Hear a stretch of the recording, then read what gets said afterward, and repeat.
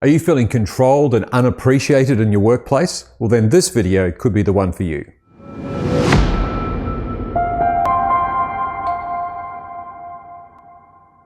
Welcome back to the MindStrong Edge. Today's video is from a gentleman who is feeling like there is a problem at work. And this is an interesting letter because we actually had a letter which was the opposite side of this no more than a couple of weeks ago from someone that felt like they were the oppressor, they were the controller and wanted to do something about it. So after having a listen through today's video, if you think it touches base with you, then go back and check our other video as well, which gives you the opposite view of someone who is on the other side of the fence. So it's really interesting that now we've had a letter from someone that is actually on the other side of this whole thing.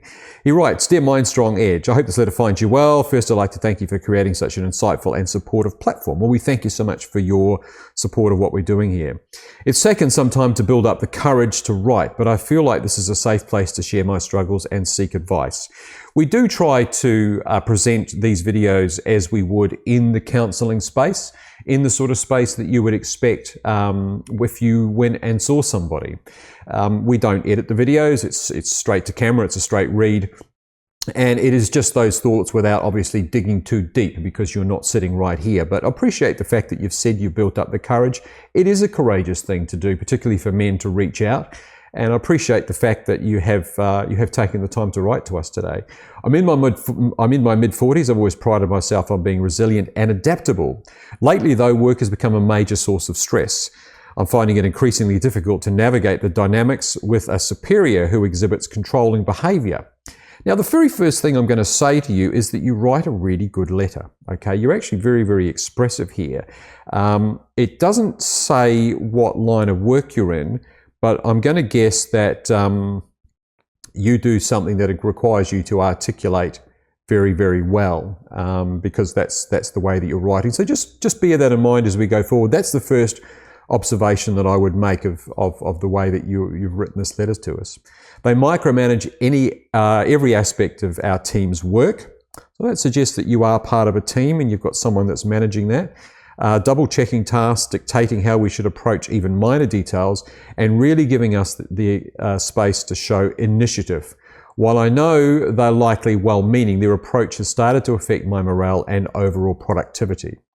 Now, first off the bat, I'm just going to say to you and to anyone else listening to this that this kind of working relationship is common. The pressures of performance, your KPIs, key performance indicators, or your mandate, your brief, whatever you want to call it, they do cause us stress over time, particularly as we age into a job.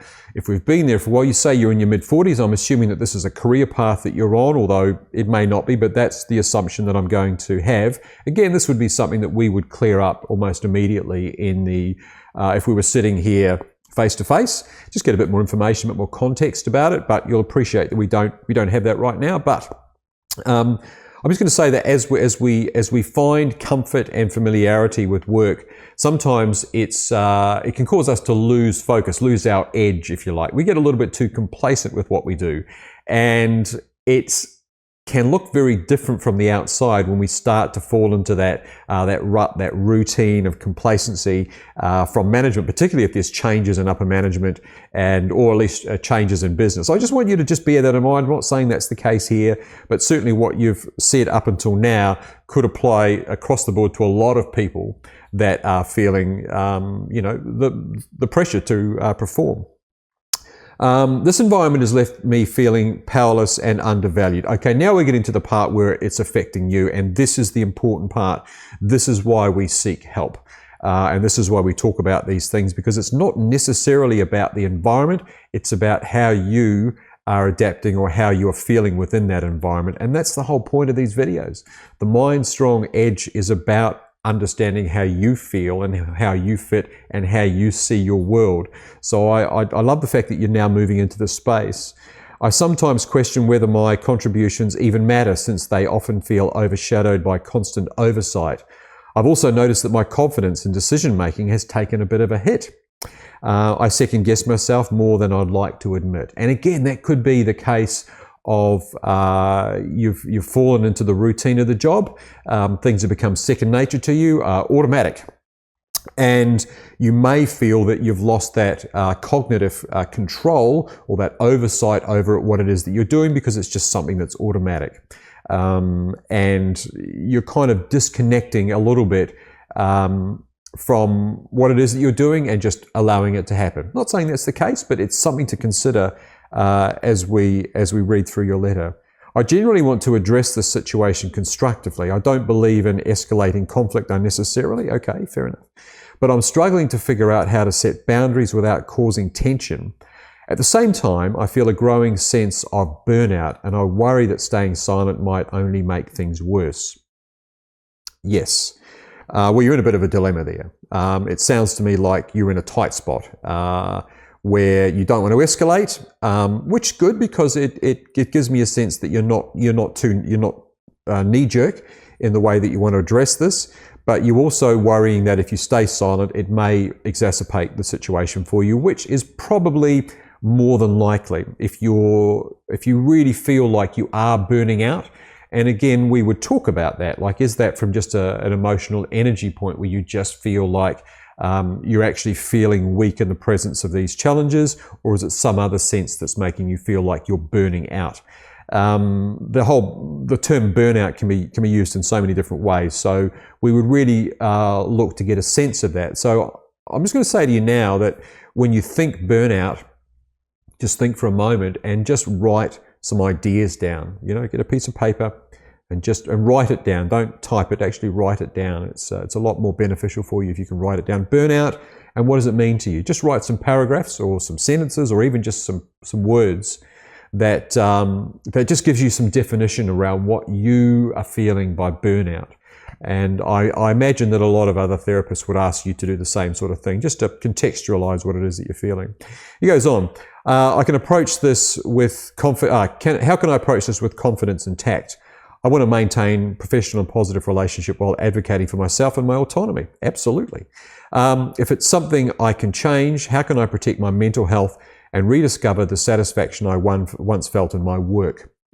I'm open to any strategies, insights, or tips that could help me tackle this situation. Thank you for taking the time to read my letter. Well, we have appreciated you sending the letter in for us. I appreciate your guidance and the sense of community you foster on your channel. Really appreciate the feedback there. We're of course not going to say your name, but we thank you for writing in. So there's a couple of things here. You haven't really gone on the attack with the way that you are being managed, other than to say that you feel like you're being micromanaged. Tasks are being double checked. And you're saying it's not just you. You kind of paint this across your team's work. So there's a couple of, and dictating how you should approach even minor details. So I would say that my first feeling is that this is not a reflection on you. This is a reflection on the dynamic and the relationship you have with the job and with the people that are setting the expectations. And it's really, first and foremost, getting an understanding of them. And this is not a case of sitting down and telling me, how do you feel about this job, and being a therapist for them. It really is just sitting back and trying to get more of a view from the outside picture on what is happening here, where this expectation is coming from. One of the first things I would want to understand is, like, what do you do for work? And as I say, you write very, very well. So I imagine that you are in the business of articulating your thoughts and ideas. I imagine that you write a really good PowerPoint presentation. But and the second thing I would ask is about the business itself. Has it been restructured lately? How has it survived COVID? Things like that. Like, are there, have you gone through that whole working from home thing and now bringing people back into the office? This can be very, very difficult for companies to wrangle their staff and to remain competitive. We are in this wonderful new world of AI, but it's also extremely challenging. It's completely changed the dynamic. So for me, understanding the nuances of what you do at the nuts and bolts level would be very, very important, and pretty much the first thing that we would really discuss to get an understanding of where this expectation is coming from.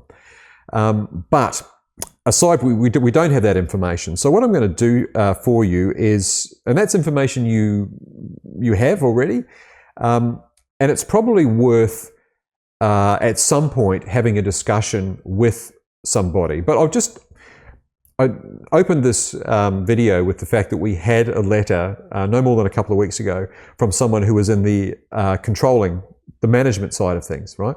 And they felt that they were over-controlling.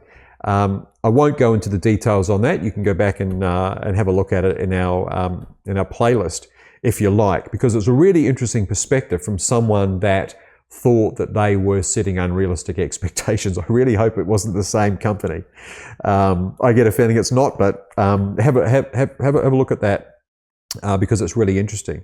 Now, if this is indeed a behavioural problem, that the way you see it in respect to your management, then that could be coming from a couple of key places.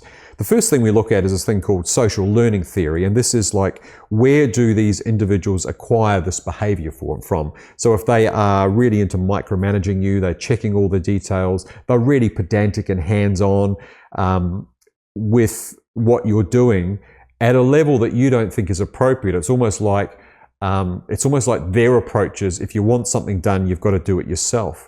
Then this could be something that is learnt. It could be the workplace culture. We look at the person who's managing you, and let's have a chat about them. Where did they come from? How did they ascend to that job? Who was their boss? And how did that work? Because it could just be a case that they are just replicating the management style that they have, grown into. And that would then be a cultural something you need to confront culturally within the workplace. But it could also be something that is self-determined. And it could be that the person that is managing you has a deep psychological need for control. They want to feel whatever it is that they, that whatever you do reflects on them. And then when these needs are not met, they resort to a very, very controlling behavior as a way to, maintain that sense of power up here above everyone else. We've talked about other things, narcissistic behavior as well, and tried to put perhaps some definition around that. The characteristics of narcissism we all have to some degree. It's just how they culminate together to become a problem.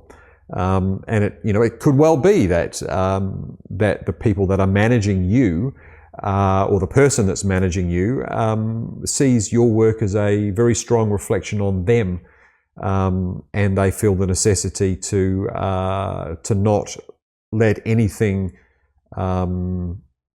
cast a negative light over their management style or the company or their own KPIs, for example. So look, there are some strategies that you can do straight away, but I think you understand that there needs to be a bit more discussion around the finer points, and you can do this yourself by writing these down. Really, I did mention the fact that you can write these down on paper for yourself. Understand what burnout is. Understand what it is that you're actually feeling in relation to the burnout, and then maybe put yourself in your boss's shoes for a moment. Imagine that for some reason this person left the company and they went, you're now going to be this person. What would your management strategy be? And this is the interesting thing, because we just talked about social learning theory, and it could well be that you take that role and you go unconsciously, well, that's how I was managed. I'm going to do exactly the same thing. So you turn into exactly the same person. It could be that this person that has acquired their style has been something about the way that they were parented. And we talk about this a lot on this channel. It could be that they had a very sort of, authoritarian father or mother or something like that. And that's just the way that they, didn't want you as a child to have too much autonomy. Because they don't believe in it, because maybe there's too much risk. And certain jobs, risk is a problem. and people work very, very hard, probably harder to mitigate the risk than actually looking at performance. It's all about not risking anything and not, you can see there's a balance there. You can perform very, very high, take some risks, do some really cool stuff, or you can be very cautious and not take any risks at all, but you're kind of not innovating.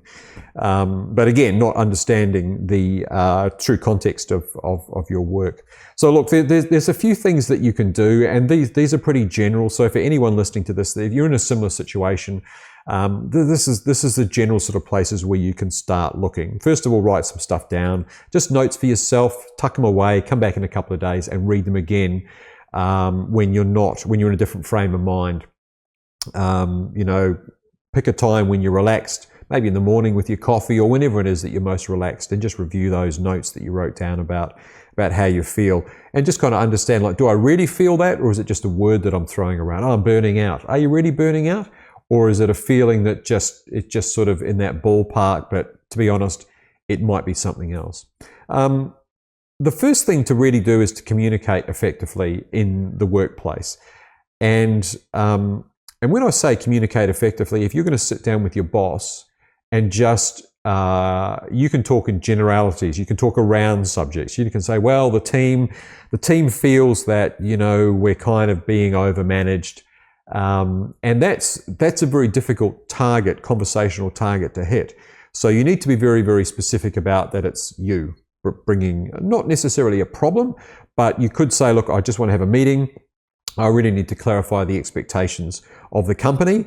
Not going into what you feel, okay, because that's ambiguous territory to begin with, but you can certainly use a lot of I statements and say, like, I would like to understand what you're expecting of me. I would like you to understand how I fit within the team, and I would like to understand what are my key performance indicators in this job.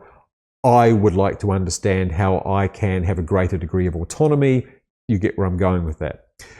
Setting some boundaries as well, I think, is very important, but you need to be very respectful of these boundaries, particularly if you're talking to someone who is a superior in the workplace.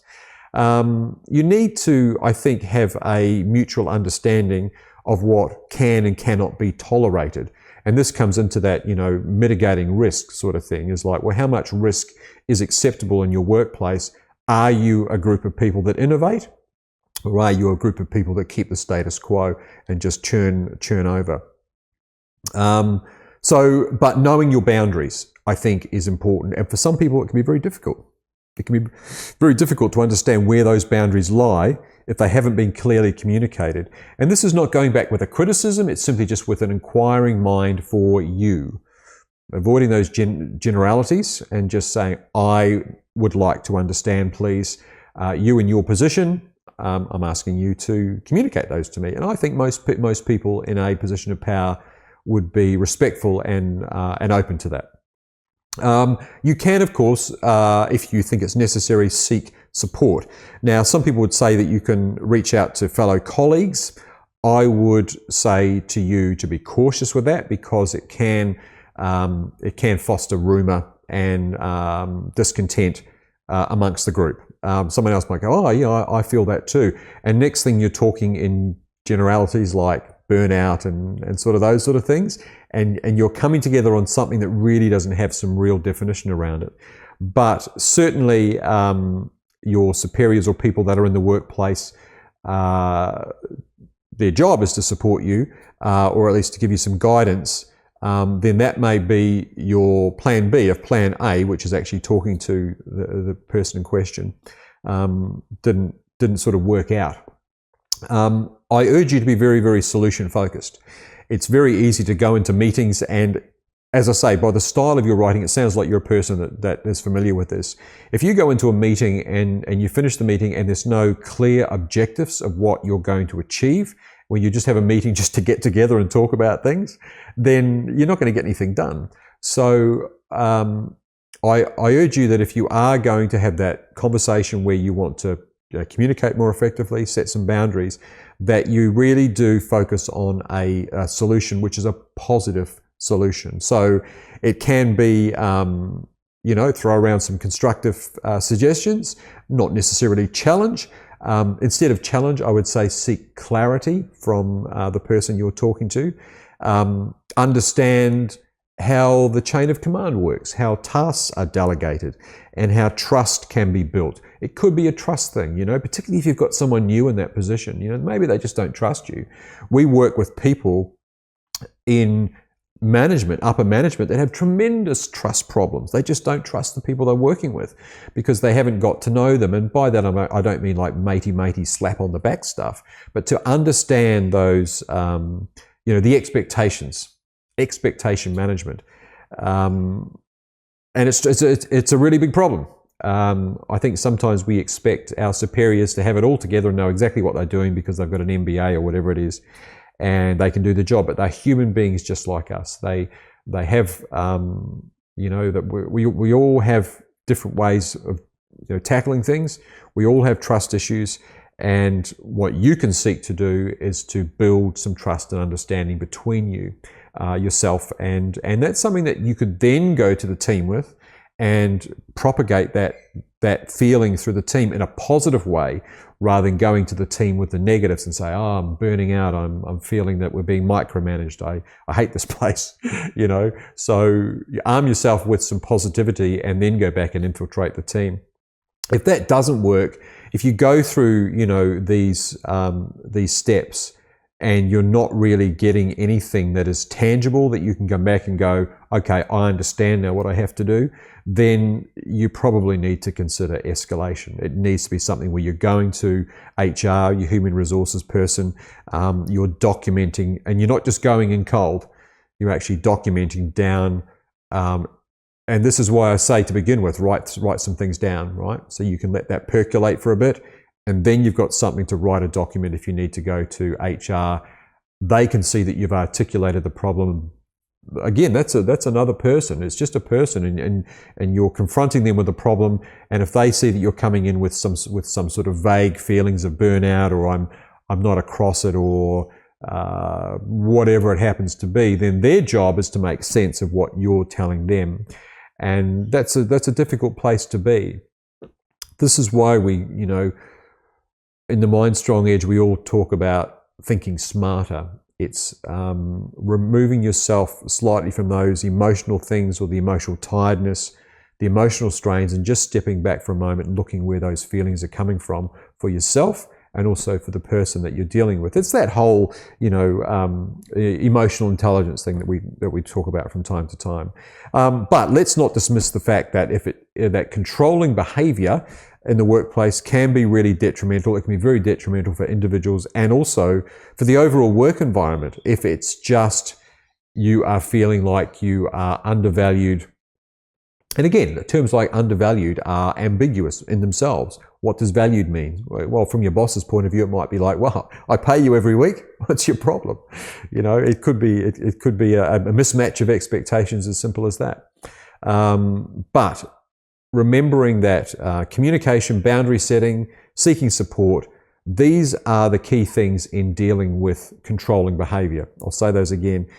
Communication, clear communication, boundary setting, and seeking support. And when you are talking about those boundaries, or you are communicating, you need to be very clear that it is you and not just some sort of general like we or us or the team that's talking about it. You need to be very, very specific. I expect respect in this role, and I feel like I'm not getting it. Is this something we can discuss? Yeah, that's a bit confrontational, but it's going to get attention, and it's very specific. And then you can certainly, at the end of the meeting, look at it like, do we have a next steps with respect to the fact that I don't have autonomy. I look at my job description and I'm not allowed to do this. There are areas that are vague. Let's tidy those up, but with respect. Please approach these things with respect. Give the person a chance to meet you in the place of concern. Interesting letter, and I thank you for writing into us. I do hope that you do find some solution. There's a lot in there. I'd love to have a chat with you one-on-one, but I think try that, and then if you're still feeling that burnout, if you're still feeling those things, if you're feeling that you're not getting the space to show initiative, if you're feeling that frustration, then it's probably time to actually sit down and just have a chat with somebody, just to dissect everything out into its corners and then look at them separately, so you can understand, what the next steps are. And that process is just to really give you some clarity with someone just maybe challenging you on a few things, on a few terms that you're using, on the language that you're using, just to hone in on where the feelings that you are feeling are actually coming from. Thank you so much. That's a good one. If you'd like to write into us, there is an email address on the description for our YouTube channel. It is help@mindstrongedge.com. We'd love to hear from you. If you did find this useful, please hit the like button and maybe subscribe to grab our next video when it does come out. Until then, this has been the MindStrong Edge.